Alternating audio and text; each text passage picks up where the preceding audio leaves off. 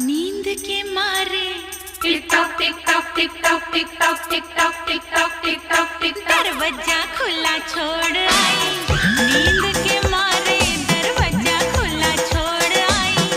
नींद के मारे दरवाजा खुला छोड़ आई।